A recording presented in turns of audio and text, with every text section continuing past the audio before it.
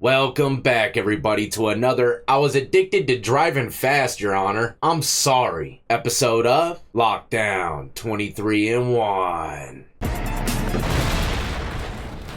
That's right, this case, I'm not gonna lie, made me a little queasy inside. You'll understand when we get there, but today we're gonna be traveling all the way down to a Washington State courtroom to witness Chase Jones, 19, get sentenced on 4 charges of vehicular homicide and 2 charges of vehicular assault for a deadly crash that killed 4 people and injured 2 others. And what takes place before this sentencing, like I said, man, it just made my stomach turn. Crocodilian tears all over the place if you were to ask me. And I'm going to give you a little more information on the case before we jump into the courtroom for sentencing. But first, as always, if you're new to the channel and enjoy all things lockup and crime related, then this is where you want to be. Hit that like, subscribe, notification bell before you leave, and check out my playlist with many more videos for you to start watching today.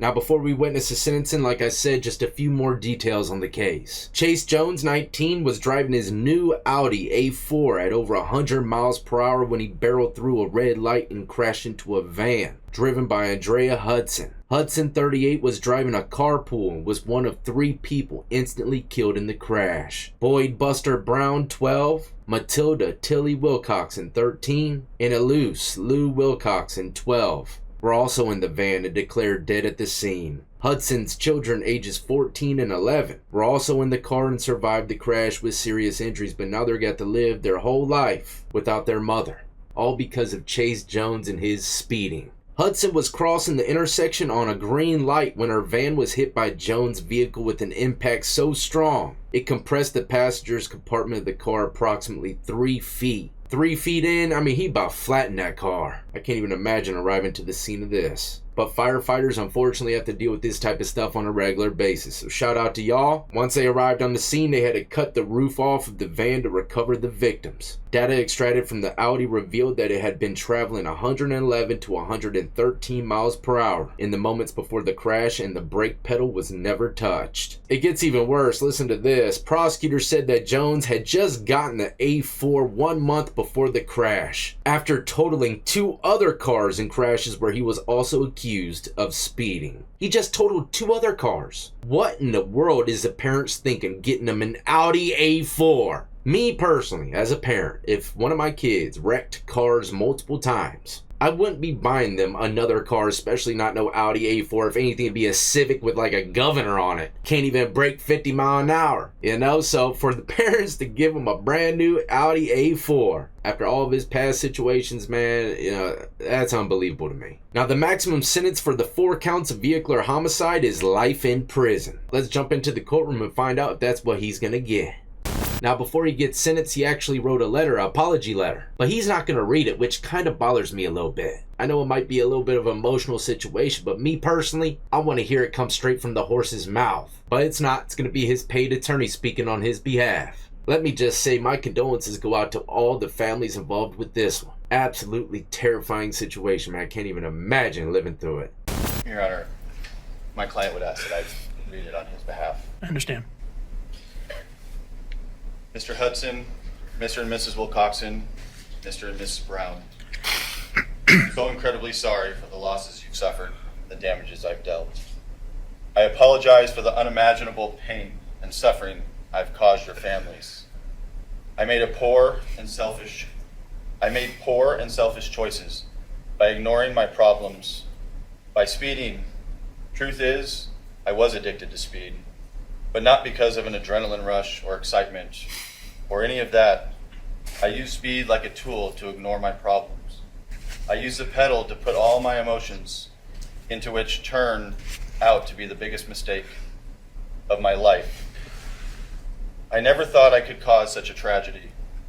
Not only did this leave me with physical scars, but the mental scars every time I have been in a car since I feel terrified that any moment something could happen. I remember the accident. I remember the pain and how my body looked and how long it took before I could walk again. I have no idea what it's been like for all of you, but I can only hope you got all the support and help you need. I don't know what it's like to lose someone close to you, let alone a family member. and I can't even begin to imagine the pain of it all.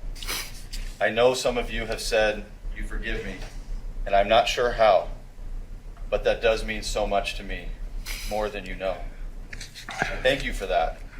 I'm so sorry for the losses I've made you suffer. I take full responsibility and accept the punishment given to me.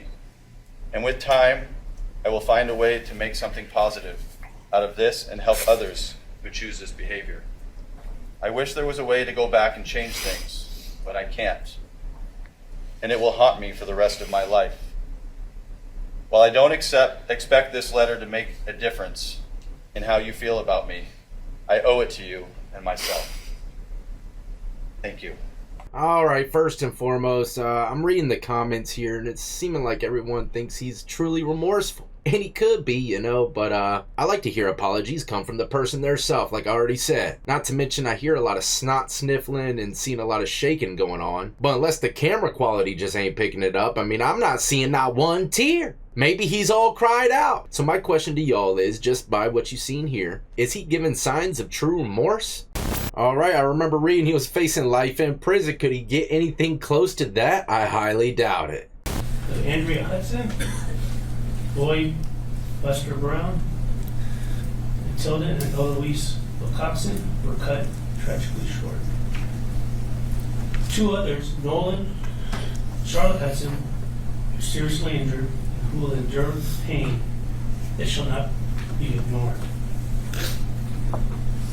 In an instant moment, the lives of these families, friends, schoolmates, teachers, mentors, neighbors, soccer teammates, running partners, and first responders were shaken and altered forever. The letters, the folder of letters that I received, the comments today, the photographs, the video, demonstrate the pain and speak of pain and sorrow and fear and haunts and struggles. And I read about clouds of grief and the holes in their hearts.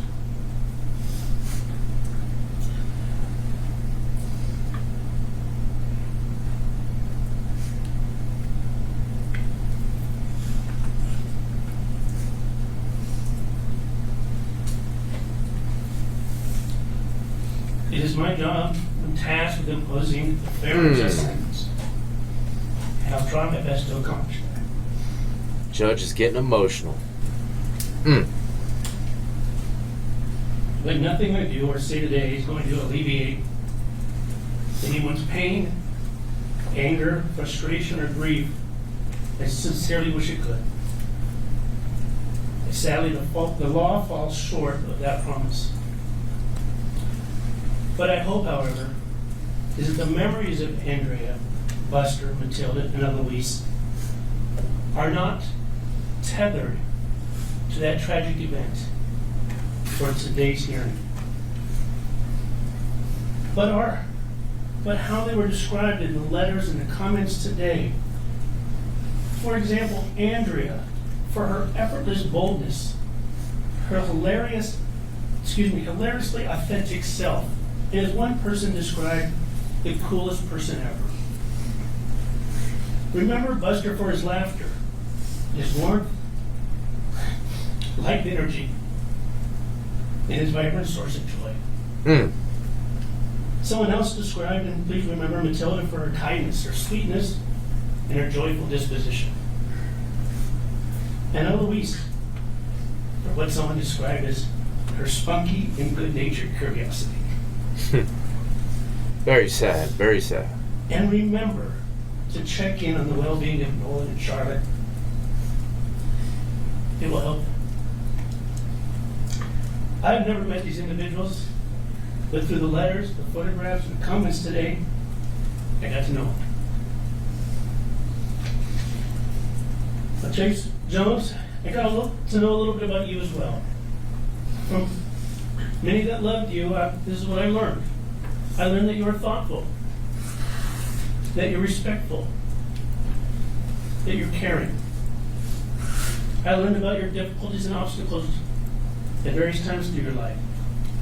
and how you face them with grace, self-motivation, and a desire, so I describe it as a desire toward self-improvement. You know, I'm not gonna lie, everything that the judge is saying to the defendant is excellent. I'm not saying that I agree, I'm just saying for the defendant, I mean, this is what you want to hear. It's guaranteed he ain't getting no life sentence. I mean, the judge is speaking nothing but positivity. He has yet to have mentioned anything about his careless, senseless acts. I read the letters, and I observed you today, and I do believe that you're genuinely remorseful for this tragedy. We are not defined by our worst moments, but rather how we respond to those moments. And from what I've been told, Mr. Jones, you have the extraordinary potential and drive to the best version of yourself. And not only learn from this tragic event, but teach and hopefully serve others as well. My advice to you, sir, is I sincerely hope those goals and promises can come to fruition not by words, but by your actions. If anybody leaves this courtroom with a dry eye, including me, having a will does not make me stoic or lose my humanity. This is tough. It's tough for everybody in this courtroom. Everybody. Is he speaking even for the defendant's dry eyes, even though he did have some snot sniffles? I'm obligated under the law to follow certain criteria, sentencing guidelines. The criteria that I'm tasked to look at to determine a just and fair sentence is whether the punishment for the criminal offense is proportionate to the seriousness of the crime. Does the sentence respect the law by providing a just sentence? Does my sentence or a sentence protect the public? It also does it offer an individual who's pled guilty an opportunity to improve on himself or herself? And does it reduce the risk of reoffending by protecting the community? I know these lawyers. I've known them for a long time. They're experienced. I know that they took many of those factors and other factors in negotiating and considering what they believe to be a just and fair result.